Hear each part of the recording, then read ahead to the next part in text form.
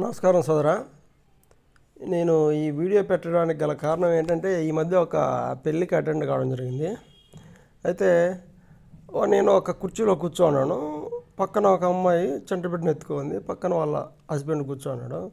అందులోకి నాకు తెలిసి ఆ అమ్మాయి వాళ్ళ అమ్మ అనుకుంటా వచ్చింది. వచ్చి అమ్మాయిని చూసినావు ఎట్టున్నదా అనింది. ఓకే, అబ్బాయి కంటే కొద్దిగా బాగలేదు, ఓకే, ఒప్పుకోవచ్చు.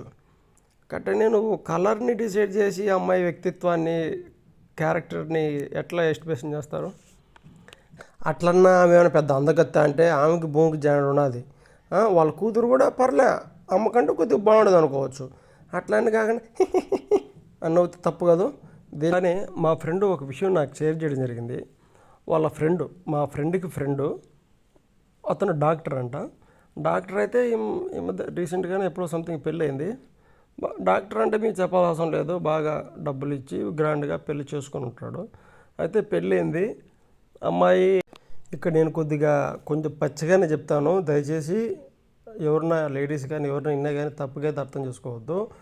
అయితే పెళ్ళైన తర్వాత కార్యక్రమాలు ఎలాగో ఉంటాయి కాబట్టి అబ్బాయి పోతే ముఖాన్నే చెప్పిందంట, కాబట్టి నువ్వైతే పని చేసి వెళ్ళిపో, నాకైతే నీ మీద ఎటువంటి ఫీలింగ్స్ లేవు అని ముఖాన్ని చెప్పిందంట.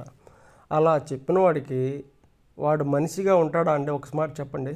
ఆ విధంగా చేస్తే అసలు పెళ్ళి అనేది ప్రతి మగాడికి, ప్రతి ఆడదానికి కానీ ఒక కళ, అంటే ఒక కొత్త జీవితాన్ని ఆహ్వానించాలని కొద్దిగా కోరికలు ఉంటాయి.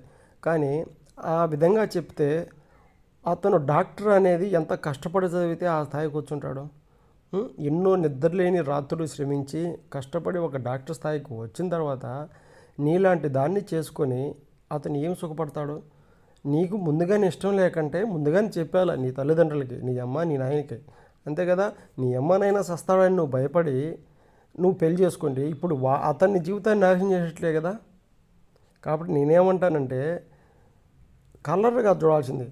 ఆ వచ్చిన అమ్మాయి మన ఇంటికి వచ్చినప్పుడు ఎట్లుంది, మన సంసారాన్ని ఎలా చూసుకుంటుంది, మన తల్లిదండ్రులతో, మన చిన్న బంధువులతో ఎలా కలివిడిగా మెలుగుతుంది అని ఒకటి చూడాలి. మన పరువులు పోకుండా ఎలా నిలబడుతుందని చూడాలి. కానీ అట్టుంది ఇట్టుంది అంటే ఆ విధంగా చేస్తే బాగుంటుందా? కాబట్టి బంధువులు కూడా కలర్ని ఎస్టిమేషన్ చేసుకోవద్దు. ఎంతోమంది పెళ్ళిళ్ళు కాక అల్లాడుతున్నారు. కాబట్టి వచ్చిన ఆడపిల్లల్ని మీ సొంత బిడ్డలుగా చూసి మంచిగా మెలిగి సంసారం చేయనివ్వండి.